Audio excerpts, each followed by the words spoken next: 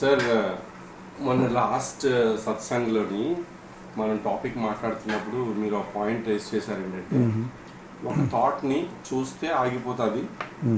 That is very good. థాట్ని చూడడం లెవెల్కి మీరు వెళ్ళి దాన్ని ఆపే స్థితికి వెళ్ళారంటే అది వెరీ గుడ్ ప్రోగ్రెస్ అని చెప్పి చాయిస్లెస్ అవేర్నెస్తో వాట్ ఈజ్ ఇన్ చూడడం అనేది చాలా బాగా చెప్పారు, మాకు అర్థమైంది అది. కానీ అప్పుడే మీరు ఇంకో పాయింట్ కూడా చెప్పారు ఏంటంటే మూమెంట్ ఆఫ్ థాట్ని కూడా చూడాలి. సో థాట్ని చూడడంతో ఆగిపోవద్దు, ఇంకొంచెం ముందుకు వెళ్ళి మూమెంట్ ఆఫ్ థాట్ని చూడాలి అన్నారు. ఆ మూమెంట్ ఆఫ్ థాట్ని చూడడం అంటే ఏంటో నాకు అర్థం అవ్వలేదు. మీరు ఇంతకుముందు ఒకసారి చెప్పారు కానీ నాకు అర్థం అవ్వలేదు. కొంచెం దాన్ని డీటెయిల్గా మళ్ళీ అర్థమైనట్టు చెప్తారా? ఓకే.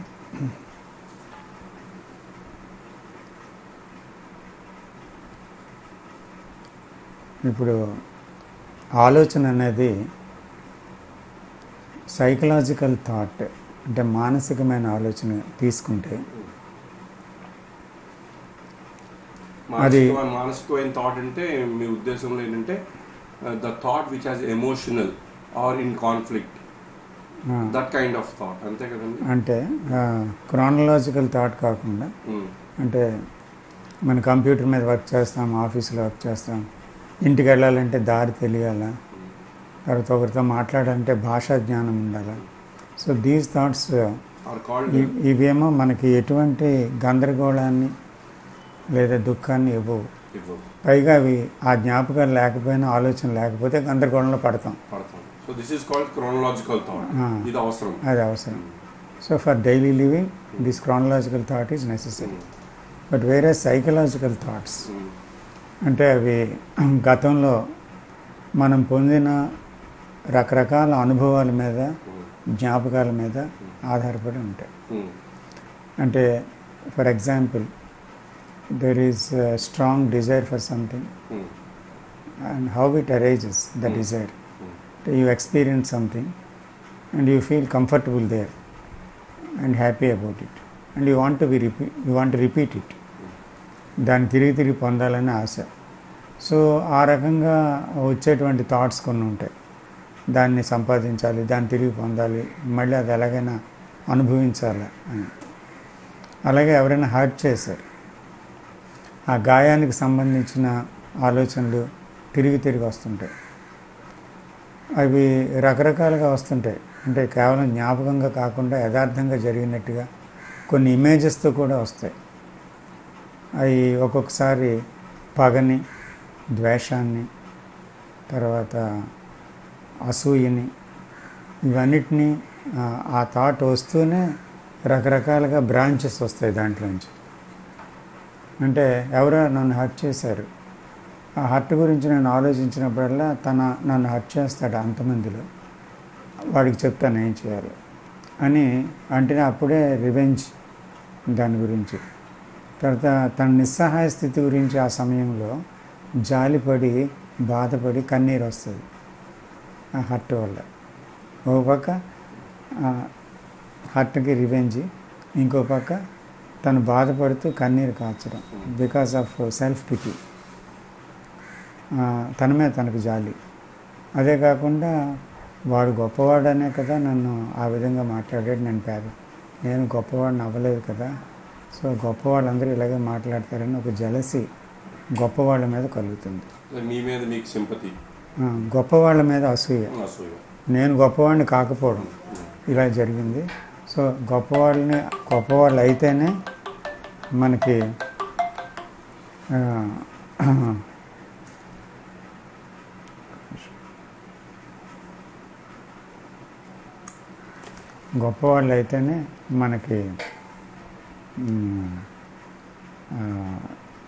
మనం చలాయించవచ్చు ఎవరి మీదైనా. మనం పేదవాళ్ళం అయ్యామనుకోండి, వాడు మన మీద చలాయిస్తారు. సో గొప్పవాళ్ళందరూ ఇంత తలబిరుసుగా ఉంటారు అనేసి ఆ గొప్పవాళ్ళ మీద ఒక అసూయ భావం కలుగుతుంది.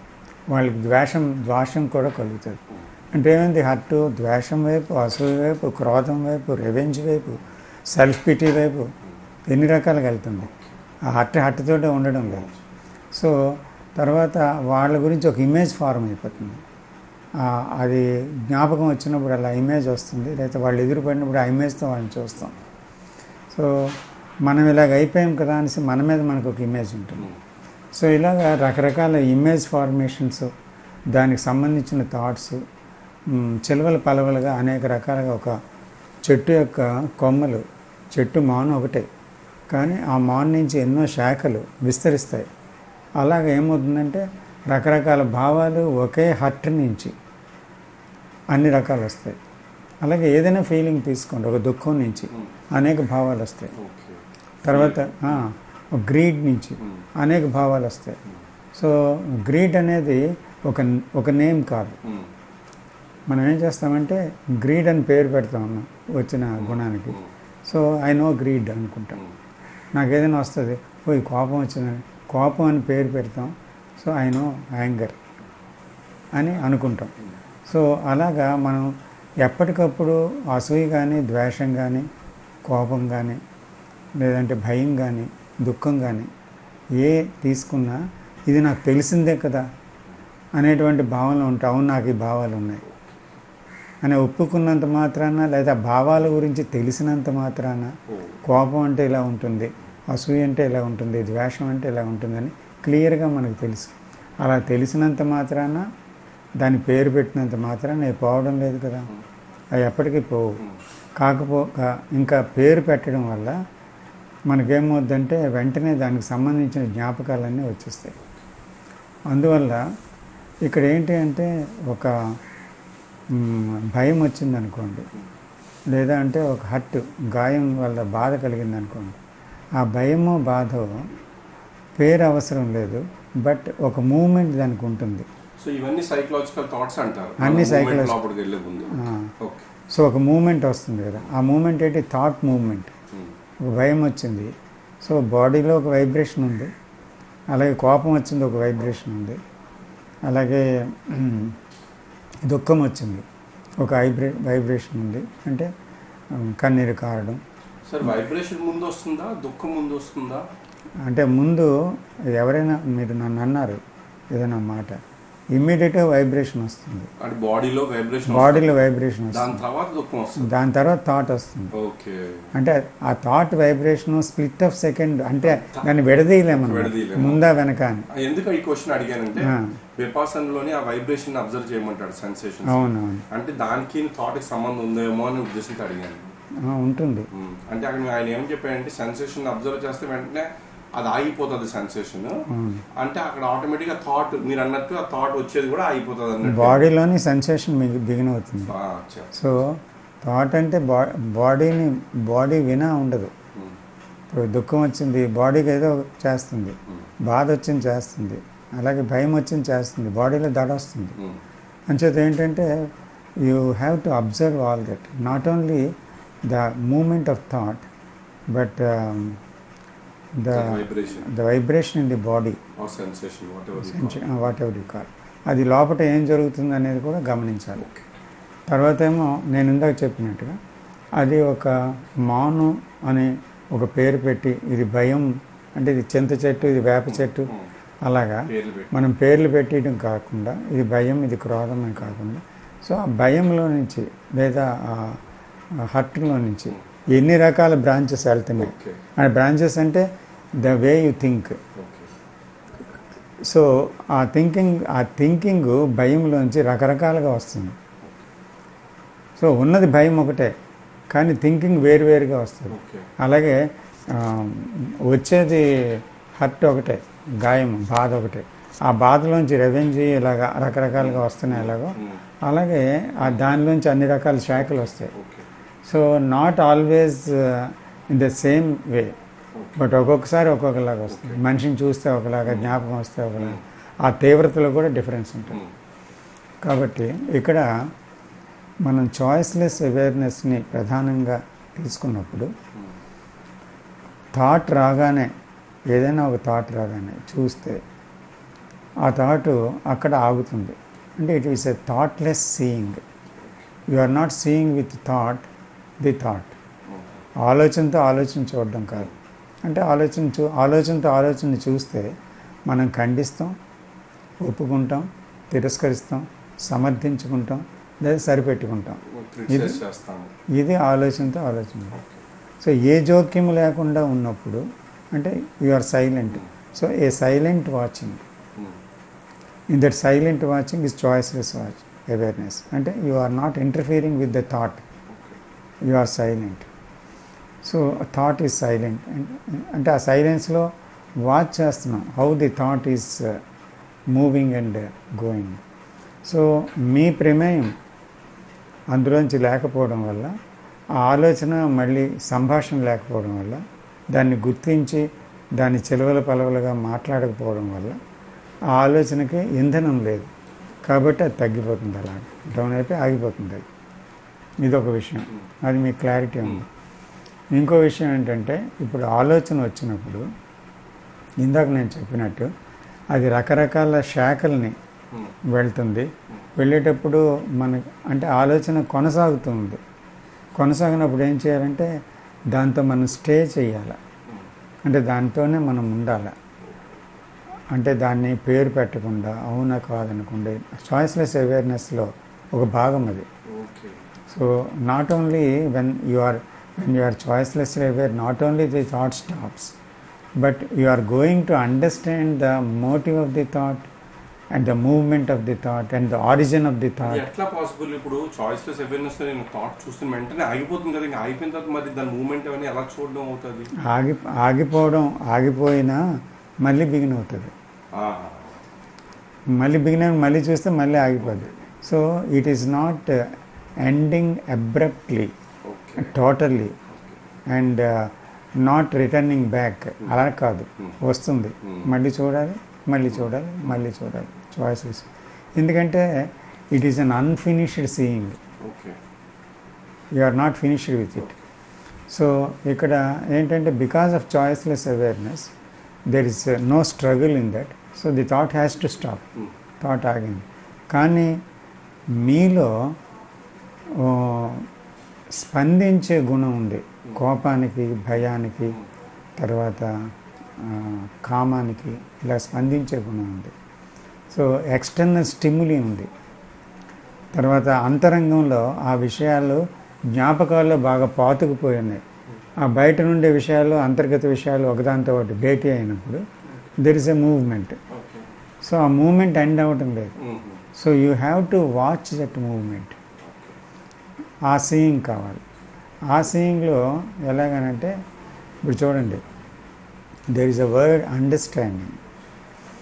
Not only understanding of the teachings, and you have to understand your own thought and the moment of thought. So in choiceless awareness you see and the thought stops. అలా కాదు. And if you are పెర్సిస్టెంట్లీ seeing, అంటే వస్తున్నప్పుడు మళ్ళీ మళ్ళీ అలా which is coming చూస్తుండేటప్పుడు ఆ thought మీద అలాగే దృష్టి పెట్టినప్పుడు ఏమవుతుందంటే thought reveals it self, reveals it story to you. అంటే ఒకరున్నారనుకోండి, మీతోటి మాట్లాడడానికి వచ్చారు, మీరు అతన్ని ఎంకరేజ్ చేశారు, మాట్లాడనీయకుండా ఆపలేదు, మీరు చాలా సానుభూతిగా వింటున్నారు, ఏం చెప్తున్నారు, మీరేం ఇంటర్ఫీర్ అవ్వట్లేదు. ఆయన ఏదో ముక్తసరిగా మాట్లాడి చెప్దామని వచ్చినోడు మొత్తం గంటన్నర అతను కథంతా చెప్పడం మొదలుపెట్టాడు, మీరు ఆలకించే తీరును బట్టి, అంత ఆప్యాయత ఉండబట్టి. అవునా కాదా? మనమేనా? అంతే కదా. సో అలాగా ఖండించినట్టు ఒకరు మాట్లాడితే మనం చెప్పలేం. కానీ మనం చాలా ప్రేమగా, అన్యాయంగా దగ్గర తీసుకొని చెప్పండి ఏంటి బాధని మన ఊరుకొని ప్రేమగా చూసేసరికి వాళ్ళంతా బాధ అంతా బొలగబోసుకుంటారు. అలాగా మనం ప్రేమతో ఆలోచనని చూసినప్పుడు ఏంటిదని దాన్ని ఏం అనకూడదు, ఖండించకూడదు, దాంట్లో కలిసిపోకూడదు. కలిసిపోవడం అంటే దుఃఖం వస్తే దుఃఖంలో, భయంలో వస్తే భయంలో కలిసిపోకూడదు. But you are watching, you are sensing that person, you are listening to that person. మీరు అలాగనమాట, యు ఆర్ డిఫరెంట్. సో అప్పుడు మీరు వింటున్నారు. Not to condemn him, not to judge him, but you are trying to understand what is being said. ఆయన చెప్తున్న దాన్ని అర్థం చేసుకోవడానికి, ఆయన ఫీల్ అవుతున్న విషయాన్ని తెలుసుకోవడానికి మీరు ప్రేమతో, ఆసక్తితో వింటున్నారు. So can you listen your thought like that? Okay. Very difficult. So if you listen your thought like that, it is possible, but it is difficult.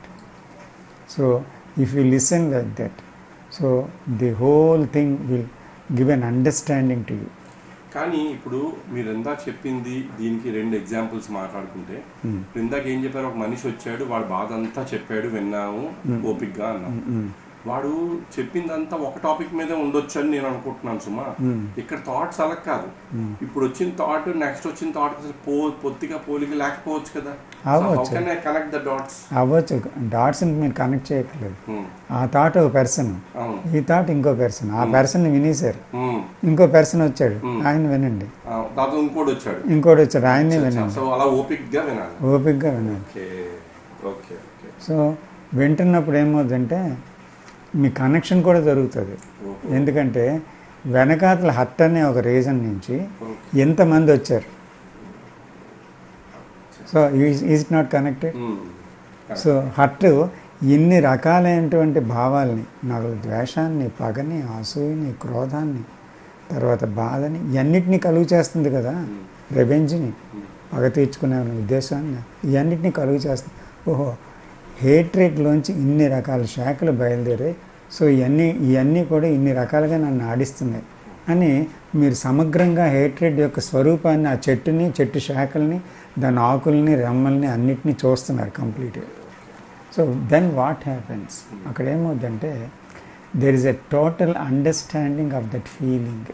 You don't name it as hatred, but the moment of thought, don't name it as hatred or don't name it as hurt, but the feeling of the body, the feeling, the thoughts, the movement, and what it is going to said.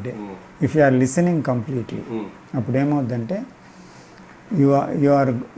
you are understanding the whole thing completely. If suppose undanukondi, there is a mathematical problem, somebody has given you. So ఆ ప్రాబ్లమ్ని మీరు work చేస్తున్నారు, అరగంట, గంట ఎంతో work చేశాక you got a right answer for that. You completely understood the problem and you got the answer. Answer వచ్చిన తర్వాత మళ్ళీ ఆ ప్రాబ్లం చేస్తారా? ఎందుకు చేయడం? It is over. ప్రాబ్లం తెలిసిపోయింది. సో అందుకని అలాగే when you understand anything psychologically completely, it won't repeat again in your life. That is the beauty of it. Sir మరి మాకు ఎవరు నేర్పుతారు ఇలా చూడడం అనేది? కంటిన్యూస్గా ఒక థాట్ని చూడడం వరకు మనకు వచ్చింది అనుకున్నా, రాలేదు అది కూడా, టు బి హానెస్ట్. వచ్చింది అనుకున్నా ఒక థాట్ని చూడడం, అది ఓకే ఏమో. కంటిన్యూస్ థాట్స్ అన్నిటిని చూసి అవన్నీ ఒక హర్ట్ నుంచో దేని నుంచి 2-3 వాటిల నుంచి వచ్చాయని అర్థం చేసుకోవడం అంతా, దానికి ఒక గురువు లాంటి వాళ్ళ వెనకాల ఉండి చెప్పడం అవసరం అంటారా? అవసరమే లేదు. ఎవరు అవసరం. సిన్సియారిటీ ఉండదు. ఇప్పుడు చూడండి, మ్యాథమెటిక్స్ అంటే నాకు నచ్చదు. నేను అన్ని సబ్జెక్ట్ని స్కోర్ చేస్తున్నాను, కానీ మ్యాథమెటిక్స్లో 0 మార్కులు, 1 మార్కు, 2 మార్క్స్ వస్తున్నాయి, అక్కడ ఫెయిల్ అయిపోతుంది. సో పరీక్ష అంటే మొత్తం అన్నీ రావాలా వద్దా? అన్నీ రావాలి. నేను అందులో 99 మార్కులు వచ్చానన్నా లాభం లేదు కదా. సో అలాగే జీవితం అంటే ఎక్కడో, అంటే మొత్తం జీవితంలో చాలా విషయాలు మనకు తెలిసిన, అసలు మన గురించి మనకు తెలియడం అనేది చాలా ముఖ్యం. అది మ్యాథమెటిక్స్ అనుకోండి. మీకు అన్నీ తెలుసు, అన్నీ సమగ్రంగా డీల్ చేస్తున్నారు, ఓకే, తెలివితేటలు ఉన్నాయి, కానీ ఎక్కడ ఫెయిల్ అవుతున్నాం? ఆ మ్యాథమెటిక్స్లో స్టూడెంట్ ఫెయిల్ అయినట్టు జీవితం గురించి ఫెయిల్ అవుతున్నాం. సో అది చూసాం మనం. చూసినట్టు ఓహో, అప్పుడు ఆ స్టూడెంట్ ఏమనుకున్నాడు, నేను ఎన్ని రాసినా నా మ్యాథమెటిక్స్ మాత్రం నేను బాగా చేయాలి, దీంట్లో బాగా కృషి చేయాలి అనేసి దాని మీద పట్టు సాధించడానికి చాలా బుక్స్ చదివాడు. తర్వాత దాన్ని ఎలాగ ఆన్సర్ చేయాలి, ఏం చేయాలి అని అలా కృషి చేశాడు, దాని మీద ఫోకస్ పెట్టాడు. అంటే దాని అవసరాన్ని గుర్తించాడు. అలాగే ఒక సాధకుడు దాని అవసరం, అత్యవసరం, అగత్యాన్ని గుర్తించాలి. అంటే ఒక నాలెడ్జ్లా కాదు, కానీ జీవితానికి ఊపిరిలాగా. ఊపిరి ఆగిపోతే చనిపోతాడు కదా, అలాగే ఊపిరిలాగా సెల్ఫ్ నోయింగ్ ఇంత అవసరం. సెల్ఫ్ నోయింగ్ అంటే self is built up on thoughts, self is memories, self is past, self is conditioned, self is fragmentation. So all that is self. So ఆ సెల్ఫ్ ఏంటి? It's a bundle of memories and thoughts. అంటే ఆ self knowing అంటే ఏంటి? ఈ bundle of memories and థాట్స్ని study చేయడం, అది మన మ్యాథమెటిక్స్. సో అది స్టడీ చేయాలంటే ఏం చేయాలా అంటే ఎప్పుడెప్పుడు ఏ ఆలోచన వచ్చి కల్లోలం సృష్టిస్తుంది మనస్సులో, మీరు కామ్గానే ఉన్నారు ఉంటే ఏదో ఒక రాయి పడుతుంది వచ్చి, ఏదో ఒక బాధ వస్తుంది, ఏదో ఒక ద్వేషం వస్తుంది, ఏదో ఒక సంఘర్షణ వస్తుంది. సో అది ఒక రాయే కదా, పడగానే ఒక అలజడి ప్రారంభమవుతుంది. సో ఈ అలజడులన్నీ కలిసి ఏంటవుతున్నాయంటే మనల్ని ఆక్యుపైడ్గా ఉన్నట్టు చేస్తున్నాయి. There is no rest to mind. ఒకసారి హట్టు, ఒకసారి కోపం, ఒకసారి భయం, ఒకసారి ఆందోళన, ఒకసారి నిరాశ, ఒకసారి నిస్పృహ, ఒకసారి కోరిక, ఇలాగ రకరకాల మూమెంట్స్లో పడిపోయి రెస్ట్లెస్గా ఆలోచన వెళ్ళిపోతుంది కదా. సో ఆ రెస్ట్లెస్నెస్ నుంచి ఏమవుతుందంటే జీవితం నిస్సారంగా, జీవితం ఒక ఏంటి పేలవంగా, జీవితంలో ఇది సంఘర్షణాత్మకంగా ఇలాగ జీవితం వెళ్ళిపోతుంది కదా. కాబట్టి ఇది లేనప్పుడు, ఇది అర్థం అవ్వక మనకి ఈ రకంగా ఫెయిల్యూర్ వస్తుంది జీవితంలో. ఇది అర్థం కాకపోవడం వల్ల ఎన్ని ఫెయిల్యూర్స్ అంటే షార్ట్ టెంపర్నెస్ వస్తుంది ఒక్కోసారి, దానివల్ల ఎన్నో రిలేషన్స్ దెబ్బతింటున్నాయి. ఒక్కోసారి హేస్టీనెస్ వస్తుంది, తొందరపాటు, దానివల్ల కొన్ని పనులు పాడవుతున్నాయి. తర్వాత ఏమో తొందరగా మాట్లాడడం, తొందరగా జవాబు చెప్పడం, పాస్ట్ మెమరీస్లోని మనం వినకుండా ఇచ్చేయడం వల్ల, అంటే ఆ ఓపిక లేకపోవడం వల్ల ఏమవుతుంది, వెంటనే మనల్ని గురించి అపార్థం చేసుకునే వాళ్ళు అవుతారు. దానివల్ల మన రిలేషన్షిప్ దెబ్బతింటుంది. ఇలాగ ప్రతిదీ సెల్ఫ్ అండర్స్టాండింగ్ మీద ఆధారపడి, not only to realise God, not only to realise what truth is, but in our day to day life also we're struggling, we're in conflict and our relationships are very poor. We are at each other throats. ఇలాగ ఎందుకున్నది అని అంటే because there is no self understanding. So అది అగత్యం కదా. So కాబట్టి దాని ముఖ్యత మనం గుర్తిస్తే సిన్సియారిటీ దానివల్ల వస్తుంది. సార్ ఇప్పుడు ఈ మూవ్మెంట్ ఆఫ్ థాట్ మీరు చెప్పారు కదా, చూడాలి ప్రతి థాట్ వచ్చిందని అలా చూడాలి. దీనికి ఇంకేమైనా ప్రతి థాట్ అంటే టైం టు టైం అది ఇప్పుడు వచ్చి చూసిన థాట్ ఆగిపోయింది, మన నెక్స్ట్ థాట్ ఏదో వస్తుంది, దాన్ని చూడాలి, అంతే అదే కదా. సో దీనికి ఇంకేమైనా షార్ట్ కట్ ఉన్నదా సార్? అంటే అది కష్టం, సామాన్య మానవుడికి కష్టం సార్ చూడడం. ఇంకేమైనా చెప్పారా? అంటే ముందు డిసిప్లిన్ ఏమైనా అవసరమా? దానికి అవసరం లేదు. ఇప్పుడు ఇన్సిడెంట్స్ ఉంటాయి, మీరు వచ్చారు, మీరు రాగానే నాకు భావం కలిగిందా, మంచి భావం చెడ్డ భావం, బికాజ్ ఆఫ్ రిలేషన్షిప్. అంటే మీరు నన్ను గట్టిగా ఏదో చేస్తే మీ మీద ఏదో సెక్యూరిటీగా అతను పంపించేయాలి, అతనితో ఎక్కువ మాట్లాడాలి అని ఒక భావం, కోపం, ఏదో అసూయ కలుగుతుంది. అదే మీరు నాకు ఎంతో సహాయకారిగా మంచిగా ఉన్నారు అంటే మీ మీద ఒక ఫేవర్ కలుగుతుంది. సో ఆ రెండు ఎలా కలుగుతున్నాయి? ఒక ఇమేజ్ మీ మీద ఉండబట్టి, నాకు నా గురించి మీ గురించి కూడా ఇమేజ్ ఉండడం వల్ల నాకు వెంటనే కలుగుతుంది. సో కాబట్టి ఆ భావాలు మీరు రాగానే కదులుతున్నాయా లేదా అక్కడ మీరు చూడండి. మీరు వెళ్ళిపోయారు, నెక్స్ట్ టీవీలో ఏదో వచ్చింది, చూసారు ఒక భావం వచ్చింది, ఆ భావాన్ని చూడండి. ప్రతి థాట్ అంటే ఇన్సిడెంట్లో ఏమవుతుందో చూడండి. మీరు అన్ని భావాలు వద్దు, ఇన్సిడెంట్లో ఏమైంది అంటే వ్యక్తులు వస్తున్నప్పుడు ఏమవుతుంది, వ్యక్తులతో ఉన్నప్పుడు చూడండి. ఓకే. తర్వాత వస్తువులు మీకు కొన్నిటితో బంధం ఉంటుంది, కొన్నిటంటే అసహ్యం ఉంటుంది. సో ఆ వస్తువుల్ని చూడగానే ఏంటి మనకు మనసు లాగుతుంది. కొంతమందికి వస్తువులు బజారంటే పిచ్చి అనమాట. అది నిరంతరం వెళ్ళిపోతుంటారు, కొనేస్తుంటారు, వచ్చేస్తుంటారు, లేకపోతే ఎవరో కొన్నారు మనకు లేదని బాధపడుతుంది. ఆ వస్తువులతో ఉండే అటాచ్మెంట్ ఏంటి అది చూడండి. అంటే అవి చూసినప్పుడు ఏమవుతుంది. అలాగే మీలో భావాలు వస్తాయి.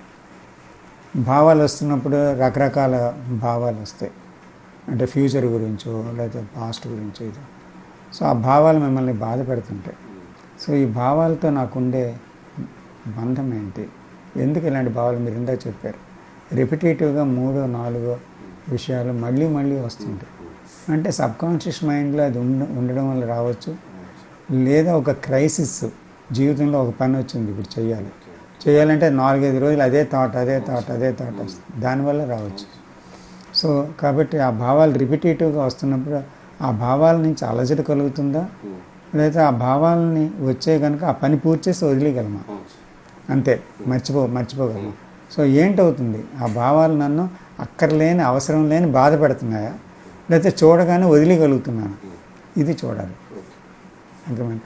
అంచేత భావాల్లో మనం ఏంటి, వస్తువుల్లో మనం ఏంటి, మనుషుల మధ్య మనం ఏంటి, ఇది మనం గమనించినట్లయితే అంటే అక్కడ ఏమైంది, నేనేమన్నాను, ప్రతి ఆలోచన అలా చూస్తున్నాను అనడం లేదు. సో వ్యక్తులతో ఉన్నప్పుడు ఏం జరుగుతుంది, తర్వాత ఇంకో ఆల్టర్నేటివ్ మీరు అడిగారు, తర్వాత వస్తువులతో ఉన్నప్పుడు ఎలాగవుతుంది. సార్ ఇప్పుడు ఇది అడగకపోతే మీరు చెప్పేటోళ్ళు కాదు కదా, నాకు ఇది లక్కీగా వచ్చింది కాబట్టి అడిగాను. ఇలా చాలా విషయాలు నేను అడగని ఉంటాయి, మీకు మాకు ఎలా తెలుస్తాయి మరి? ఇప్పుడు నేను అడగబట్టి మీరు చెప్పారు, నేను అడగలేదు నాకు చెప్పరు మరిది. అందుకే డైలాగ్స్ అనేవి చాలా చాలా ఇంపార్టెంట్. కృష్ణమూర్తి ఎందుకు అనేక డైలాగ్స్లో ఉన్నాడు, because people have question so many things. అలా క్వశ్చన్ చేస్తేనే ఆయన నుంచి బయటకు వచ్చేది. ఇప్పుడు ఒక నుయ్యి ఉంది, ఆ నూతి నిండా మంచి కొబ్బరి నీరు ఉంది. అయితే ఆ నీరు అందరికీ దాహాన్ని తీర్చదు. ఎవరు ర్యాకేసి ఆ నీరుని తీసుకుంటారో, ఎంత 1,00,000 మంది వచ్చినా 1,00,000 మందికి దాహం తీరుస్తుంది. మీరు ర్యాకే అయినంటే నీరు వచ్చి మీ నోట్లో పడుతుందా? అంతే. అది అంటే ఆర్తి ఉండాలా, తపన ఉండాలి, తెలుసుకోవాలని ఇచ్చ ఉండాలి. అటువంటి వాళ్ళ నుంచి క్వశ్చన్స్ వస్తాయి. లోకం అందరికీ ఆ క్వశ్చన్స్ రావు. సో వచ్చిన వాళ్ళకి ఆన్సర్ వస్తుంది న్యాచురల్గా. సో నాకు ఇంకా ఎక్కువ తపన ఉంటే ఇంకా క్వశ్చన్స్ రావచ్చు, అయితే మీలోంచి మీకే జవాబు రావచ్చు, నన్ను అడగకపోవచ్చు. నేను చెప్పాలని లేదు, మీలో నుండే జ్ఞానం మీకే చెప్తుంది. ఎందుకంటే you are the light, the same light I am having, the same light everywhere. So the light will answer.